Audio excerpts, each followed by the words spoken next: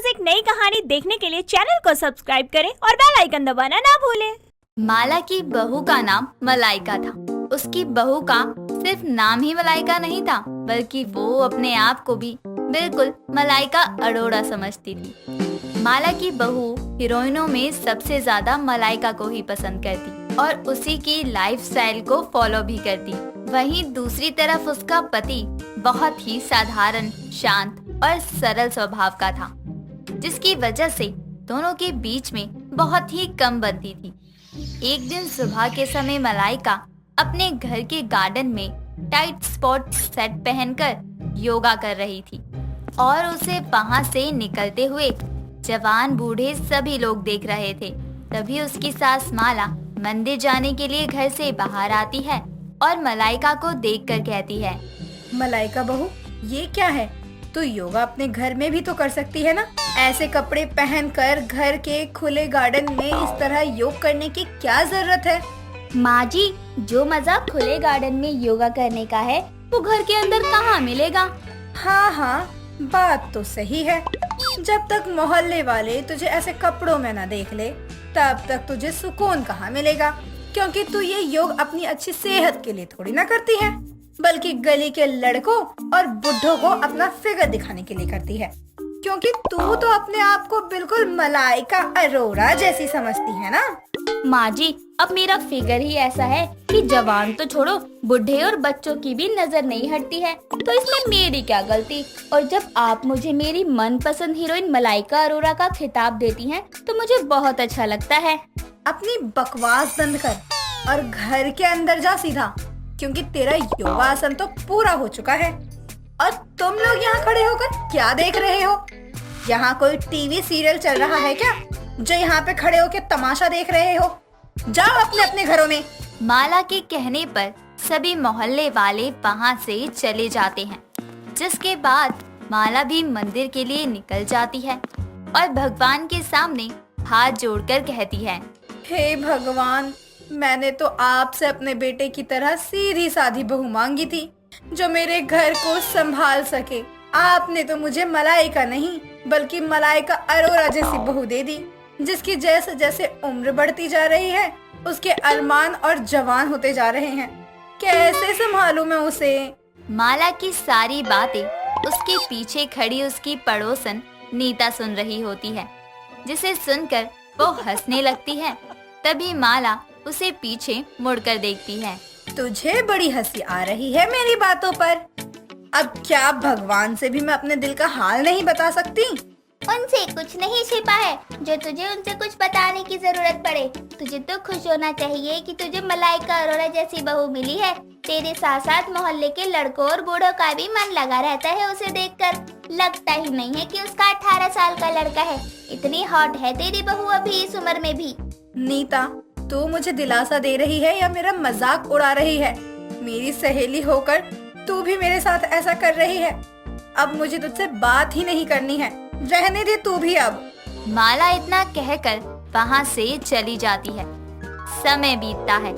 तभी एक दिन मलाइका शॉर्ट ड्रेस पहनकर अपने बेटे सौरभ को लेने के लिए उसके स्कूल जाती है, जिसे देखकर सभी उस पर हंसने लगते हैं। तभी सौरभ मलाइका के पास जाता है और उससे कहता है, मॉम, ये सब क्या है? It's too over. इस तरह के कपड़े पहनकर पेरेंट्स टीचर मीटिंग में कौन आता है? आप कभी सिंपल नहीं रह सकती हैं। हमेशा मलाइका अरोड़ा बनने की जरूरत क्या है आपको? आपका सिर्फ नाम मलाइका है, लेकिन आप सच में कोई हीरोइन नहीं है। बेटा, आप मुझसे गुस्सा क्यों हो रहे हो? आपको खुशी नहीं होती है कि आपकी मम जहाँ जाती है सभी उन्हें कितना नोटिस करते हैं? आपको अच्छा नहीं लगता और आप आज के जमाने की होकर ऐसा सोच रहे हैं? ये आजकल का फैशन है। मॉम, लेकिन मुझे ये सब पसंद नहीं है। अगर आपको मेरे स्कूल आना है तो अच्छे से और पेरेंट्स की तरह आइए। और मैं कोई छोटा बच्चा नहीं हूँ, मैं खुद भी चीजें हैंडल कर सकता हूँ। अभी चलिए आप घर। सौरभ इतना कहकर मलाइका को लेकर घर आ जाता है और गुस्से में अपने कमरे में चला जाता है, लेकिन मलाइका पर उसकी बातों का कोई असर नहीं होता।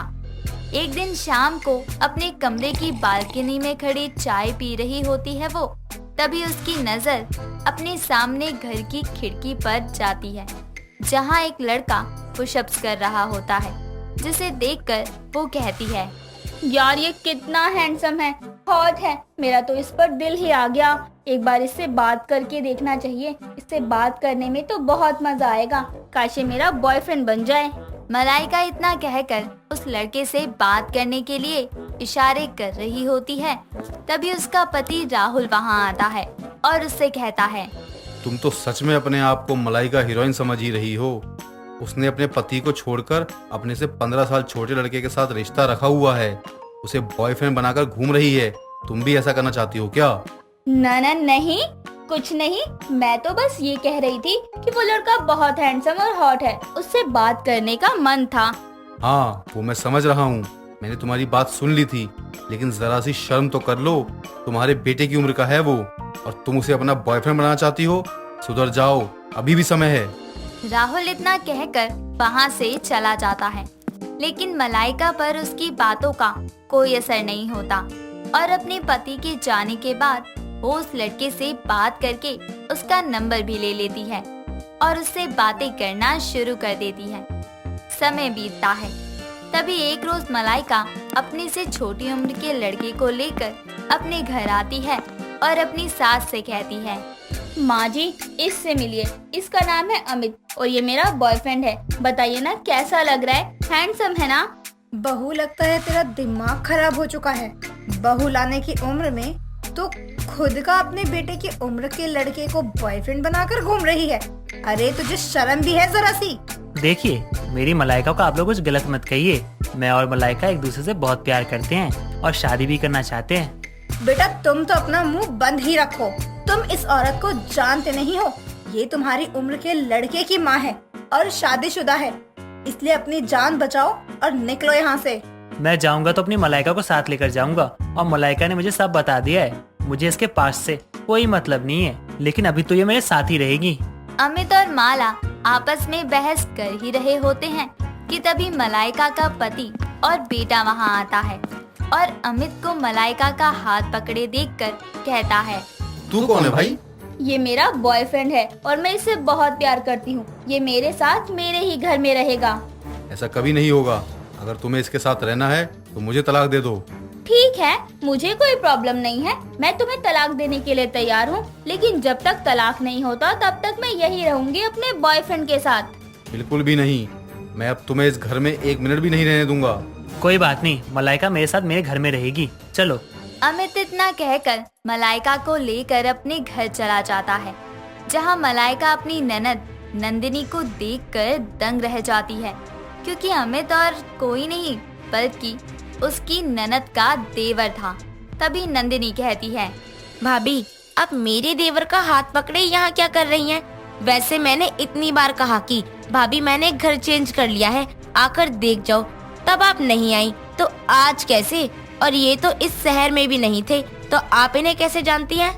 बस रुक जाओ थोड़ा, एक साथ कितने सवाल पूछोगी तुम? अमित तुम्हारा देवर है, मुझे नहीं पता था। इससे मेरी मुलाकात अभी कुछ समय पहले ही हुई थी, लेकिन ये मुझे इतना पसंद आ जाएगा मैंने नहीं सोचा था।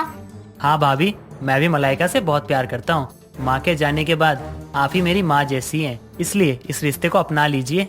बिल्कुल नहीं, तुम्हारा दिमाग खराब हो गया है। ये तुम्हारी माँ के बराबर है, साथ ही मेरी भाभी भी है, और तुम चाहते हो अब मैं इन्हें अपनी देवरानी बोलूं?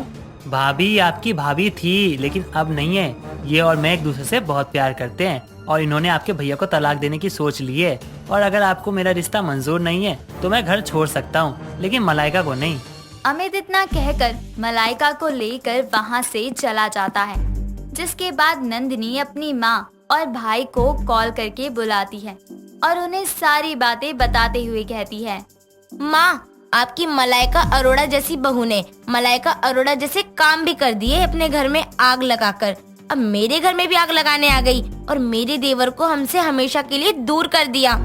नंदिनी की बात सुनकर उसके मायके वालों की नजरें नीची हो जाती हैं और इस तरह माला की मलाइका अरोड़ा जैसी बहू अपनी आदतों और शौक के चलते अपने ससुराल वालों को कहीं मुंह दिखाने लायक नहीं छोड़ती। दोस्तों, अगर आपको ये कहानी पसंद आई तो इसे लाइक करें, शेयर करें और कमेंट करके बताएं कि कहानी में आपको सबसे अच्छा क्या लगा।